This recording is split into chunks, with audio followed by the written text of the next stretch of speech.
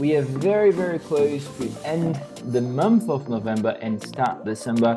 And, you know, this is it for this year. So 9 days to go for December, and then 31st of December is going to be on a Tuesday. 1st of January is going to be on a Wednesday, and we start 2025.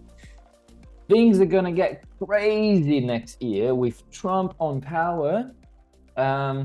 You know, Ukraine-Russia war going on and everything like that. So really interesting to see how the world is progressing from January onwards. It's definitely going to be a good time to be on the market.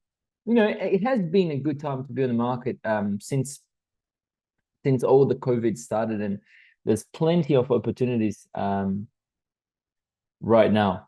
So, you know, we're going to be talking a little bit about some currency trends on geopolitical tensions we have had in the past couple of weeks, and, you know, some key outlooks. So safe haven currencies like the Japanese yen and CHF are in focus, right? The euro and the pound performance have been some good performance. So we're going to be looking to some insights on that. The upcoming economic indicators to watch. What are in the economic calendar that we should be paying attention for tomorrow? And 1,000 days, I think today or yesterday is marked by 1,000 days of Ukraine against Russia, or Russia against Ukraine, whatever you would like to call this. All right. So how is this affecting the market? So basically what I want to do is I want to start from the number 4 and then go to 1, 2, 3. This number 4 should be on the first, but I'll just show this now, but that's okay. So before we go any further, I'm going to give the risk disclaimer as always. So please go through this, read quietly yourself. I will mute myself for a minute, and then we get to the content.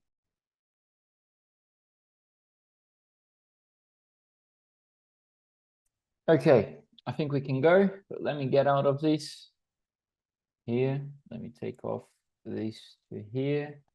Perfect. So as I've mentioned, I would like to start from, well, I would like to start from the 1,000 days of Ukraine, okay?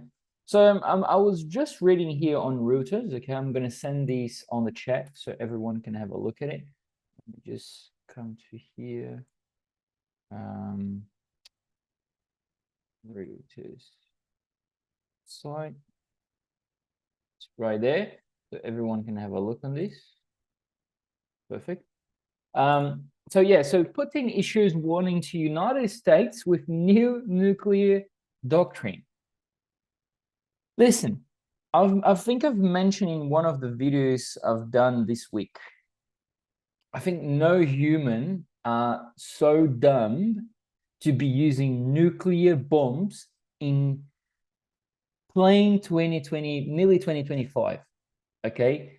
That person needs to be so egoistic to be doing this, all right? Yes, they use firearms, they do missiles, they do this, they do that, but I mean, come on, nuclear bombs, you're gonna die, right? You're gonna die. It's not only your opponent that's gonna die, everyone's gonna die. So it's really, really interesting. I was having a look at this. You guys can have a look later, but we're gonna get to here very soon. But I just doesn't make, you know, it doesn't get into my head how someone can be so stupid. I'm not saying that some people are, you know, like Putin is stupid or this or that. No, I'm just saying, like, come on, use your brain, right? Why would you do such thing like that? Just to prove to someone else that you are the best, or that you are, you know, the guy. I'm 100% sure that those people that are, you know, showing on the video here, those soldiers here, I think that they Russian soldiers, they don't want to be here. Okay, these guys don't want to be here. These 3 guys don't want to be here. These guys don't want to be here, right? I'm pretty sure that they would be loved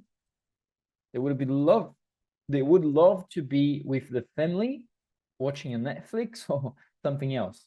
I can tell you that the guy is not happy with putting whatever nuclear bomb it is, or this thing is, you know, just because someone asked him to do. He's probably not happy. All right. He would prefer to do other things. Now, that comes to a question, right? Why is this going on? Why? Wouldn't it be easier to, it's 1,000 days, 1,000 days. Can you imagine? It's pretty much 2 years, non-stop. Millions, probably thousands and thousands of, hundreds and thousands of people have died on this occurrence. And they still, it's not enough. They still want to go further, you know? So interesting. So the summary pretty much is Putin approves new nuclear doctrine. Claiming says this is a signal to the West. Russia lowers nuclear threshold. Russia says US ATA CMS fired into Russia. Safe haven assets rally after Russian move. So the Russia says that USA is pretty much attacking them as well. And because Biden and what's his name from the name from Ukraine guy, Ukraine president. It's not president. What's his name? Zelensky. Yeah. So Zelensky and Biden. Okay, so they had a meeting. Where's the photos? Right here. So they had a meeting. I'm not sure if it's this one or not, but I just want to bring it up, the image. But they had a meeting, and that meeting, pretty much Biden, just a remember, all right, guys, Biden is still in power. It's not Trump administration at the moment. Trump will only get in power next year, so 2025. So Biden had a meeting with Zelensky, and so basically Biden give, I think, $240 million to Zelensky. It's somewhere around here. We can have a look at it. Probably, there we go. So Biden administration announces a 275 million military AID packages for Ukraine, including ammunition for high mobility artillery rocket system, artillery shields, javelin surface to air missiles, and small arms and ammunition. So is this something that is making the US dollar stronger? Definitely. All right. This is definitely making the US dollar stronger. So still on this topic, you know, the Ukraine use of the US ballistic missiles to strike Russian territory, it brought some sort of risk aversion. All right. And Russia responded with nuclear threats in the event of the third attacks of the Soyuz and allies. So, but however, the market seems to become somewhat when the strikes were limited to border regions, okay? And then the Russian foreign minister, I think his name is Lavrov, something like that, Lavrov. He pretty much said that Russia is strongly against allowing nuclear war to happen. All right, this is what that's what he said. So in the end of the day, maybe could happen, maybe it won't happen, but again, guys, it's Russia, so we can expect pretty much everything and don't expect anything. Expect everything and don't expect anything. I think that's how they say. You know, as we know, this geopolitical things happening around the world, it has been pretty noticeable, the impact on the Forex market. You know, in recent sessions, the US dollar as well as the British pound have shown some slightly outperformance, and as well as the Japanese yen has underperformed. But the safe havens nature of the Swiss franc did also come into play. Some investors thought that they would be seeking for protection from these geopolitical risks, but this is the type of news you guys should be paying attention as well. Understanding those types of trend is crucial because these are the ones that will set the tone for how the market will behave in the days ahead or the weeks ahead or the even months and years ahead.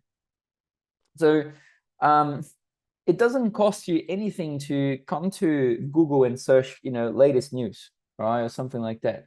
Be on top of it because when you come to Forex, this is the time where you should be paying most attention into fundamental economy wise. Okay, this is where you should be paying attention into what's going on around the world. Read some journal if you prefer, but be on top of what's going on. All right. Now, let's talk about the safe havens, as I've just mentioned, Japanese yen and CHF. Oh, just making clear to everyone, if you guys want to ask questions, please do ask questions. Okay, no, don't be shy. You can send the questions on the group on the chat. Why I'm not? Okay, wait a minute. Let me just log in because FinLogix has been a little bit strange today. It's not allowing me to publish some trade ideas as well as not allowing me to open. I've tried to log in multiple times. Just not too sure what's going on. Sorry, let me just try to log in again.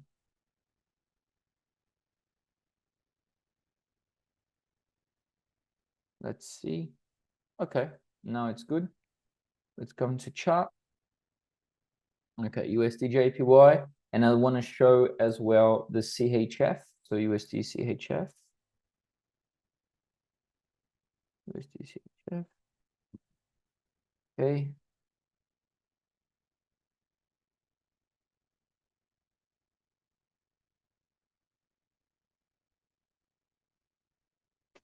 Okay, perfect. Now I want to use these as two screens like that.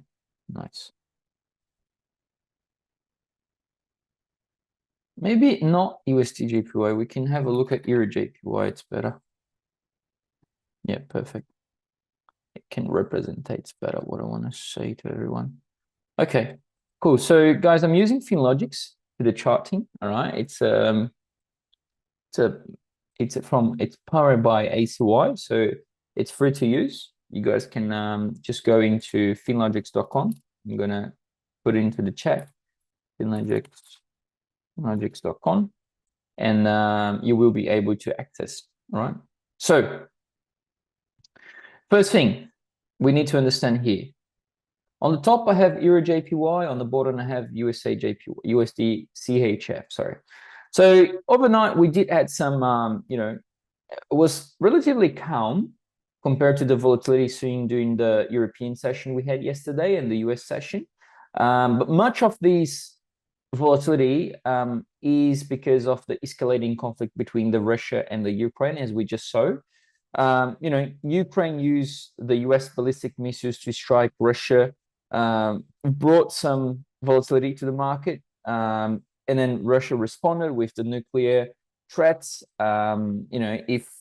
If further attacks would continue to happen, its soils will lie. So, but however, market seems to be calm at the moment, as we can see, but we did have some sort of volatility. So now, if we look here, the Japanese yen during the peak of the risk aversion, it caused by the Russia-Ukraine tensions, made the yen rally against some major currencies, including the US dollar, but it's not so noticeable on the US dollar. It's more noticeable on like weaker currencies as the euro. So, and that's why I've put it up right here. So historically, as we all know, the yen has served as a safe haven currency during times of geopolitical and financial uncertainties.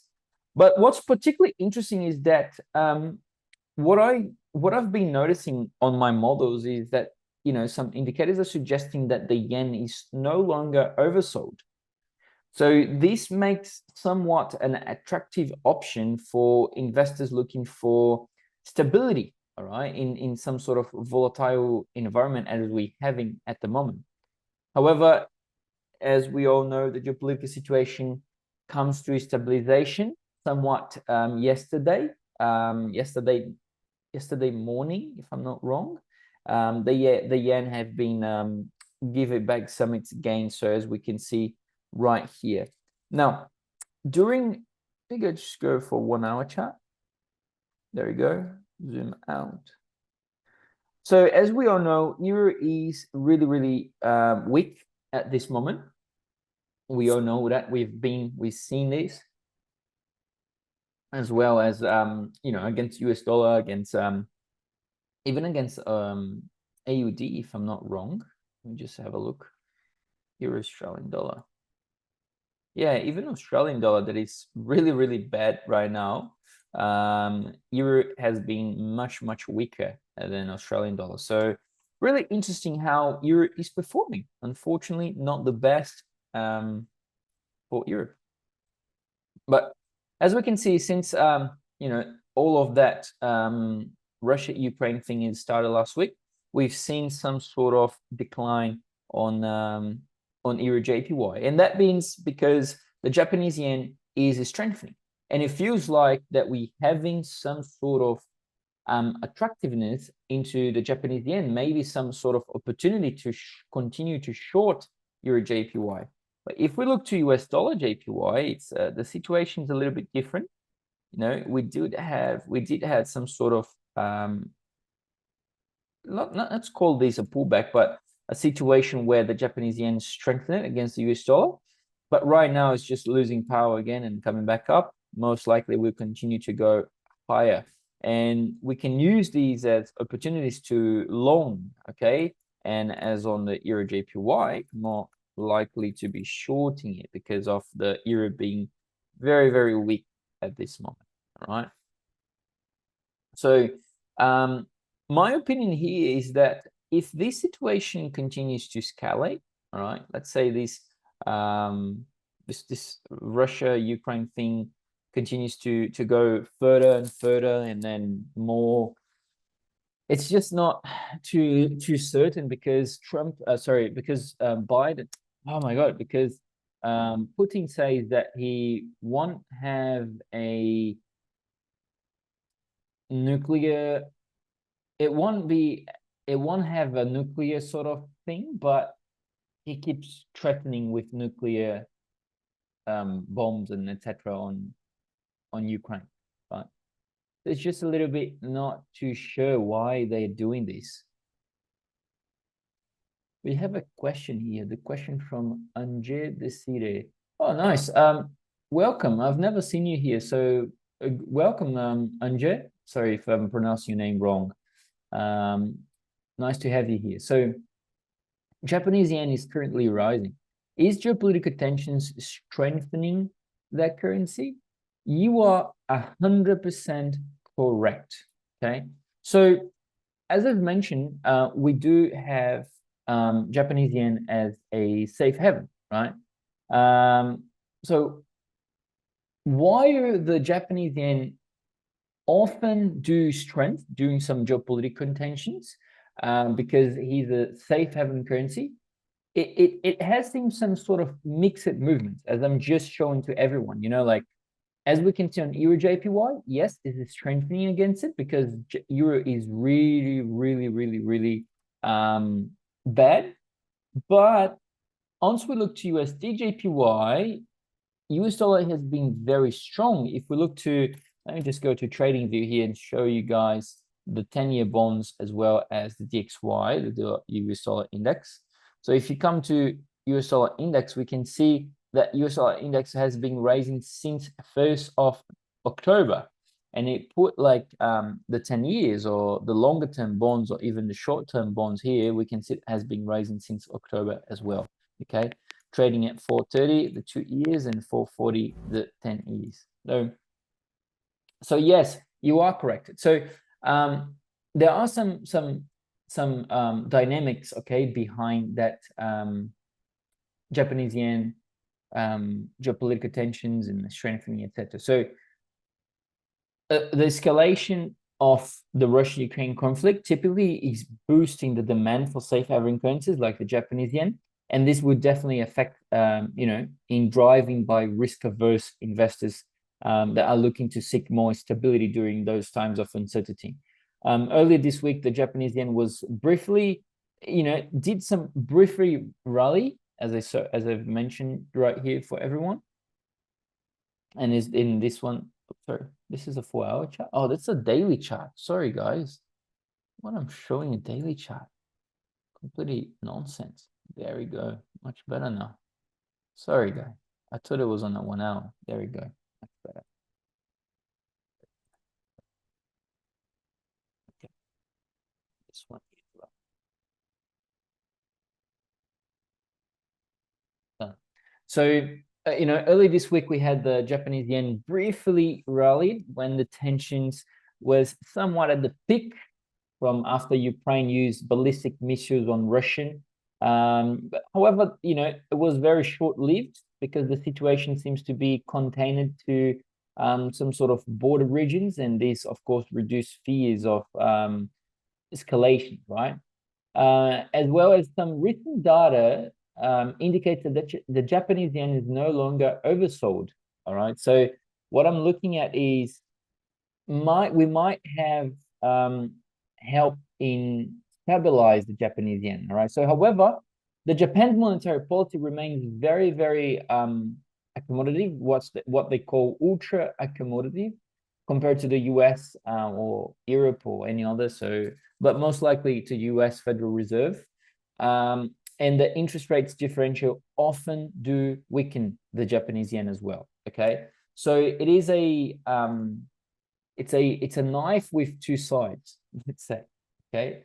But yeah, I think if you want to trade Japanese yen, what you should be looking to watch is if the geopolitical tensions intensify, especially involving major powers, Japanese yen could see some more pronounced strengthening because of the risk aversion is growing.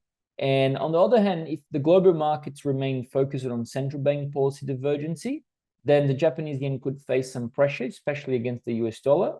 But currently, Japanese yen behavior reflects some sort of balance between the safe haven demand as well as the broader macroeconomic backdrop. But it's very good for you to be trading Japanese yen if you are up to date with all the geopolitical and monetary policy sort of aspects, right? But yeah, so that's the first thing I want to talk. And then CHF has been saying the same impact as we can see right here. So CHF has been strengthening against the US dollar. Okay. Imagine now, as we see, against the euro. So euro CHF most likely will be falling because the euro is really, really, really, really weak at this moment. And then as investors are seeking safe haven, as we can see here, this is a bigger drop compared to USD JPY, let's say, okay? Or sorry, USD CHF, as we can see. So yes, when it comes to those types of contexts, we've seen definitely some sort of strengthening on the performance of Japanese yen, okay? As we all know, those are safe haven currencies and they are looking to continue to strengthen. But if this stops, then they will stop to strength. Okay. So first thing has been covered. So safe haven currencies, Japanese yen and CHF. Do you guys have any questions as I'm drinking some water?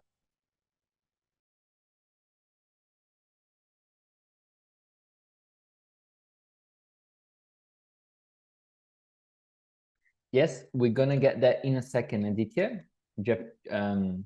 GBP is the next topic. So going for the next topic, euro and the pound. Okay, so let's open euro pound here. And let's open, come on, pound dollar.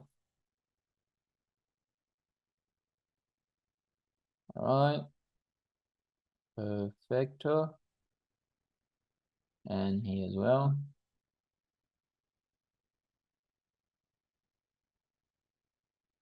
All right.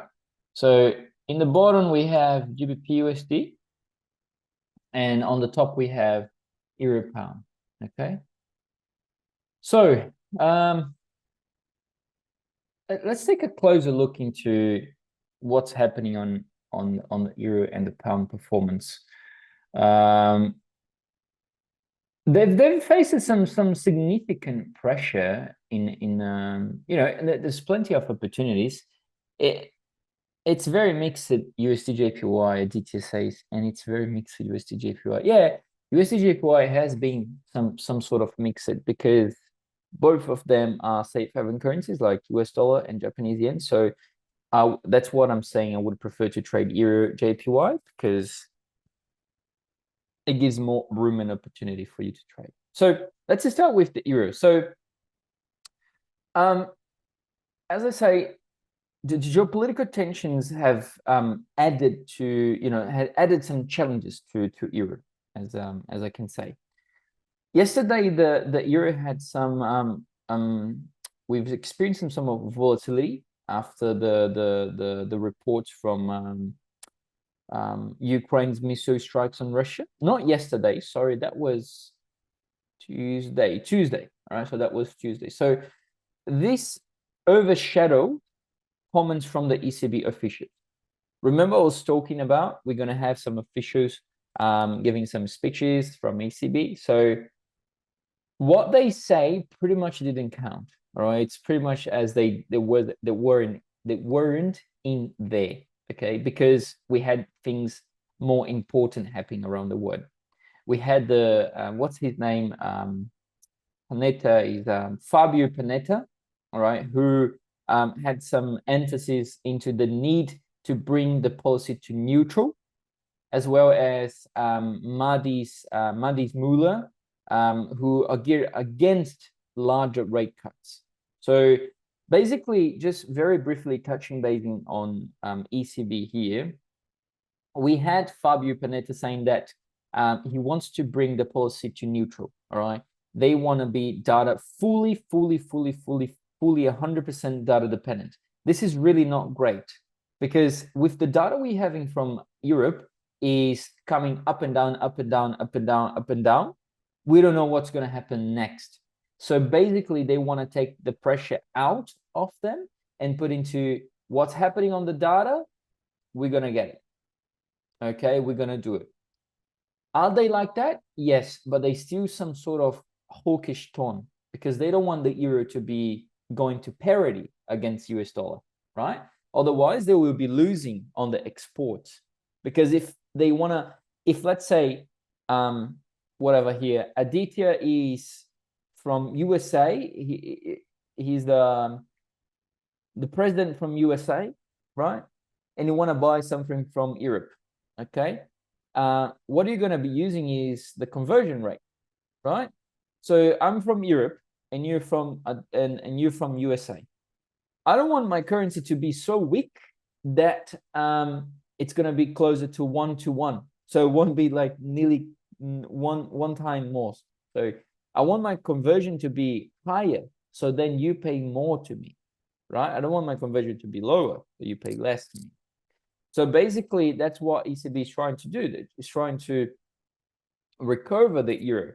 But with that sort of comments and you know, as the Müller, as Madis Müller say, he don't want some larger rate cuts.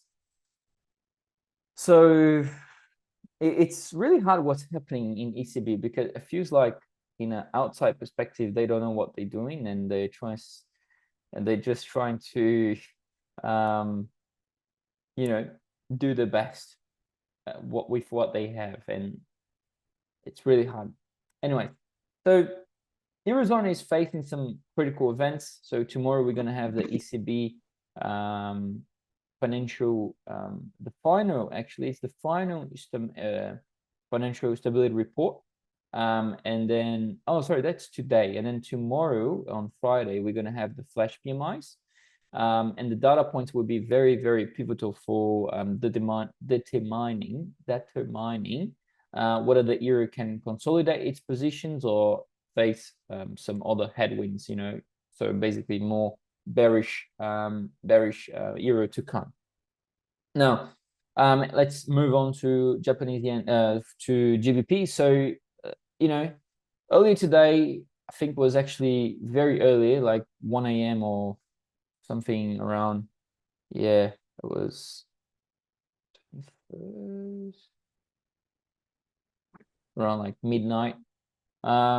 We had, oh no, it was 6 p.m. yesterday. It was 6 p.m. yesterday. We had the release of the inflation data for October, and the data showed some dip below the 2% in September. Was temporary, okay? And it was very largely driven by the base effect from energy prices. Because if you guys don't know, we can come to energy prices here. And we're seeing some increase on energy prices, right? Let me get from beginning of this year to now, we had 41% increase on energy prices, right? For those who trade gas, that's the TFM1, that's the tick. You know what I'm saying, right? This is really bad as well for currency. Okay. We are on summer. Oh, sorry, we're not on summer. We are getting to winter now in Europe, and this will be really, really bad for people that live in there, because in the winter, what do? You use more heat, right? You want your house to be very warm, and if your house is not warm, then you may be feeling very cold and get flu and etc. You want to sleep very well, etc. So basically, if you use, right, this thinking, if the gas is higher on price, basically you will be paying more. And if inflation is growing, then you will be paying even more. And if the wages are lowering, this will be very, very tightening for your pocket, right? So that's a living crisis. That's a living crisis that is happening on Europe right now. So that's another reason why I'm shorting the euro as well. Okay, but anyways, coming back to the pound, as I was saying, we had the release. Okay, so let's go into FinLogics and then come to tools and then economic calendar.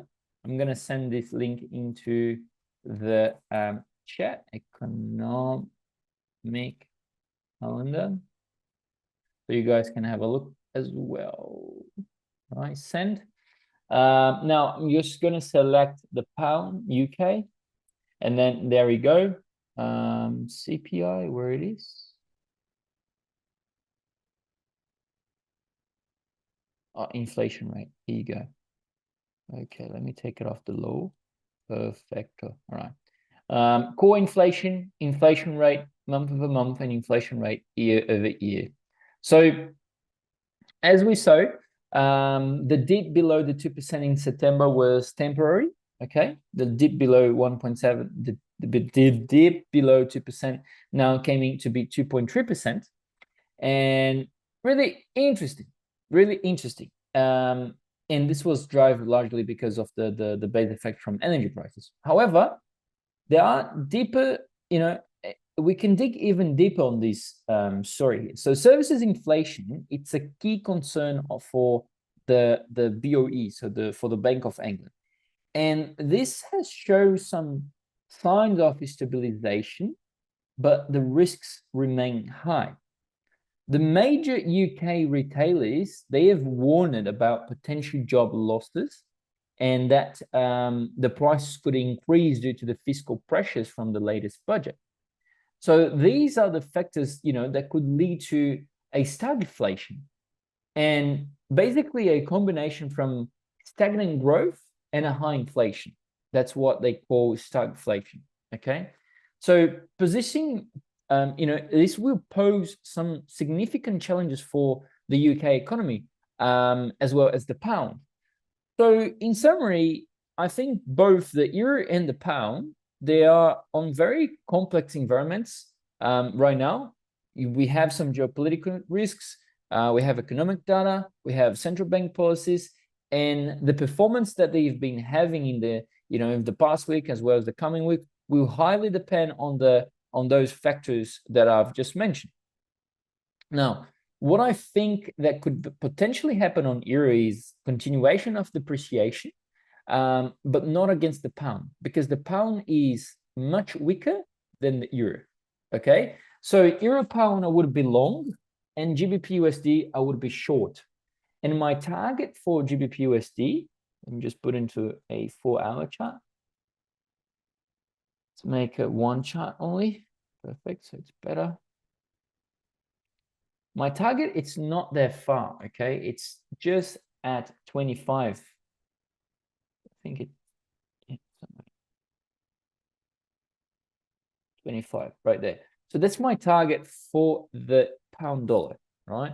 I'm not saying that it's going to drop from now to 25, right? Like that. No, it may come to even a pullback somewhere around here and then down. But any rallies, I would be looking to short, okay?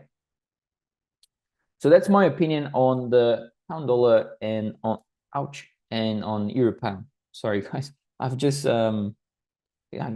something gave me a shock here. I don't know what. Anyways, any questions on that as I drink some water?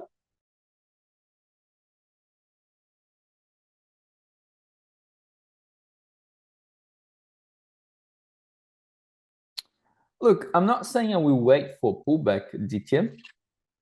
I'm saying I'm short already. So that means if there is a pullback, I'm adding some more positions. Yes.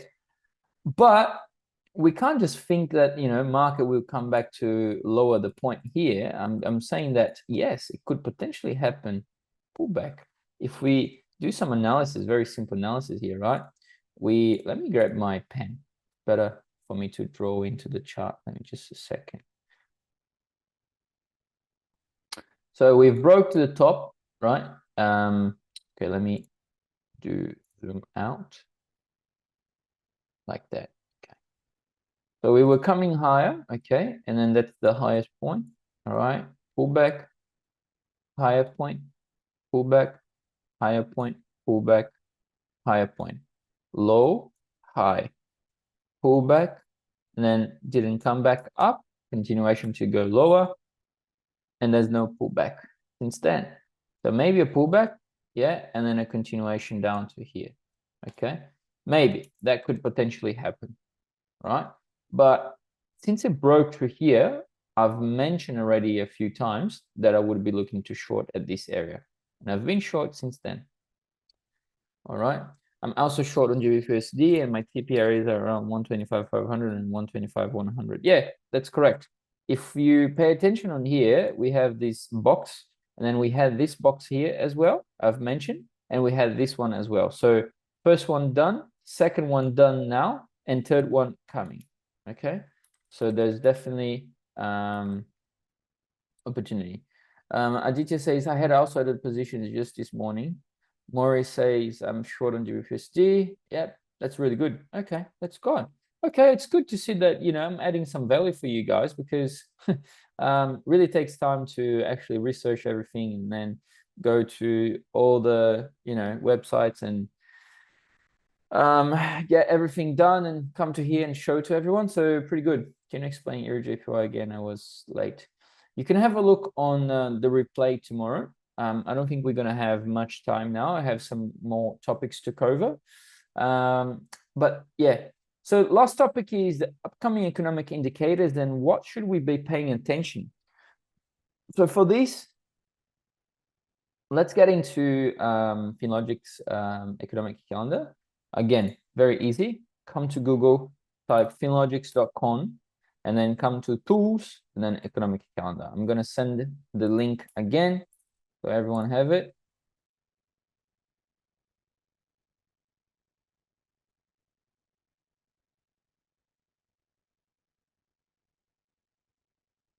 All right, sent. Done. So come to this week, take it off the low. I don't want to trade low volatility. I want to trade medium to high volatility. The low thing here is majority of the time it doesn't even is a important news. It's just, you know, something that doesn't matter much to us. So we have done Wednesday, we've done on Thursday, and now here we are on Friday. Okay. If you don't want to have the medium volatility, you can even take it off the medium and just leave it with the high volatility with the 3 stars. Now, so initial jobless claims, yes, it's important for us to know, but not that important because it's not on NFP week. Next week will be very important. Next week will be already NFP, right? My calendar doesn't work. Let me check on my phone just a second. So next week, oh no, it won't be. It will be in 2 weeks because first of Friday will be on a Sunday. Okay. So yeah, so really important, Japan. Okay, core inflation rate. If this comes up, that's really good for Japan and Japanese yen as well. But if it continues to be as around 2.2, you know, it becomes continue to go below and below and below and below and below too. It's not good. And what the Bank of Japan is trying to do is they're trying to hike the rates, but for that they need high inflation. Okay. And it's just not happening at the moment for Japan, and it probably won't happen in my opinion. Anyways, moving ahead, we have retail sales for UK. It's very important as well, as I've mentioned a few times. Retail sales are a good way to determine inflation into a country, because if the retail sales are showing that the people are spending more, that means that they're generating more inflation. Another topic that I want to cover, but maybe in the next week, is we're coming very close to December, right? And then this is the time where everyone buys gifts, everyone buys things, and you know, presents, etc., etc. So retail sales tends to be higher. Sales tends to be higher. Jobs opening tends to be higher as well, because commerce needs more people. Need more people to work. It's a very busy time of the year, right? Everyone agrees on that. Okay, cool. So if we see a retail sales coming higher than what is actually being proposed, we may have a high inflation in the next month. Okay. Most likely we will have actually a higher retail sales, because we already had the inflation data release from UK yesterday, and it's above 2%. So most likely we will have some sort of spending into society. You know, it was largely driven by the energy prices, I know, but still we do have some sort of tip on the retail sales.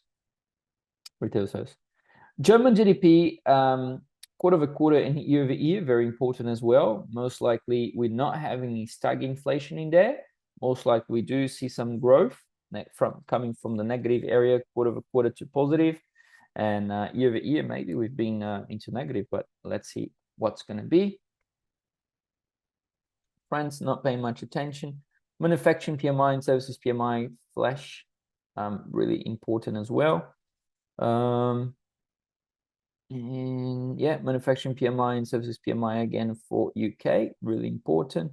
And then that's Saturday because it's on the other day, but pretty much on same thing here, Friday. We're going to have services PMI, manufacturing PMI for US as well. Okay, so UK inflation basically showed to us that yes, we may see some retail sales coming higher. We do have the flash PMIs on Friday for Eurozone, and as well UK and USA. And that's pretty much it, what we should be paying attention. Okay. All right. So very good webinar today. We've had a look at the safe haven currencies, Japanese yen and the CHF. We had a look at euro and the pound performance insights. We had upcoming economic indicators to watch, and 1,000 days of Ukraine against Russia, or Russia against Ukraine, just Ukraine and Russia war. All right, guys, thank you so much for being with me today. Have a great weekend. I see you guys tomorrow on the YouTube video. And yeah, trade safe. See you guys next Tuesday. Bye-bye.